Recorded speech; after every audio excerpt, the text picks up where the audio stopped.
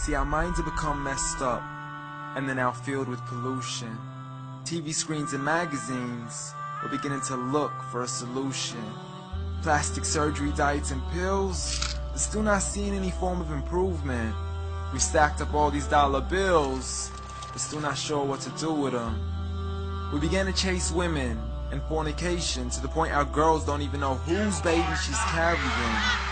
We're so afraid of commitment that have no problem with damaging. She has your kids now, but you're still not even contemplating the possibility of marrying. See, this is what happens when we neglected Allah's best examples. You called her Mary, we call her Maryam.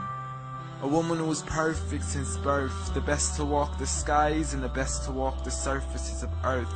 The most exalted of all women, that's why she was dedicated an entire chapter in the Holy Quran, the final revelation in which there'll be none after. She was the best of all women, and to society she should be leading the way. I mean, that's why our women be dressing like her, because just like Mary, when Allah decrees something, we hear and we obey. See, Mary used to cover up. Despite everything they used to say, she would hide in hibernation, and to Allah she would pray. And when she was visited by angels in the form of men, she said, if you fear Allah, you would go away, because in the presence of men, she would not stay. But anyways, today we're taught to be against segregation before in support of all forms of liberation. To free yourself from the clothes that only lead to your degradation. Why do you gotta cover your face for? We gotta see your identification. But little do they know her identity's right there. A woman who fears Allah and commits to her religious obligations.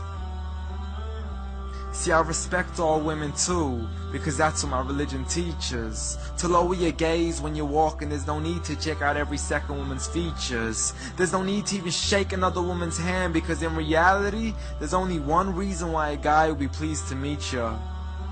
And you could go ahead and deny it, but don't blame me for stating the obvious. When the pornographic industry is worth billions, you still don't see where the problem is? Sex is embedded into society to the point we'll exploit it to merely sell a car.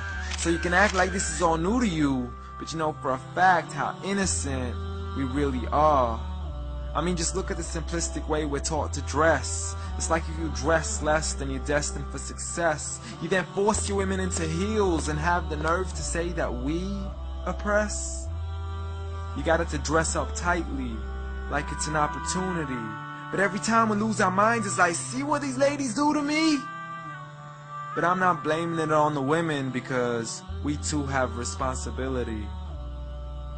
Prophet Muhammad ﷺ said, the best of men is he who is best in his character, and the best of them is he who is best to his lady after he married her. He was the best to his wives. I mean, just take a look at Aisha. He compete with her in races and smile just to make her happier. So when you do marry, do so with the intention of paradise is where you plan to carry her. But before you plan to carry her to the altar, maybe you should alter your decision. Because if the only reason you're marrying her is for the outside, then realize you're going to be locked inside of a prison. For that reason, Prophet Muhammad ﷺ said, marry for 4: beauty, family, status, but most importantly, her religion. Because a woman without religion is a woman who could do with a bit of extra wisdom. We're meant to grow old together, mercifully, so we can be protected under Allah's supervision. But relationships are a mess, and there's no guarantees you're gonna be a survivor. So be kind to her, and know that Allah will be kinder. Be a man who stands in front, but also a man who can stand beside her. And if you're still looking for that good girl, don't go chasing after behind her. Rather search to find Allah first. For once you find Him, you're guaranteed to find her.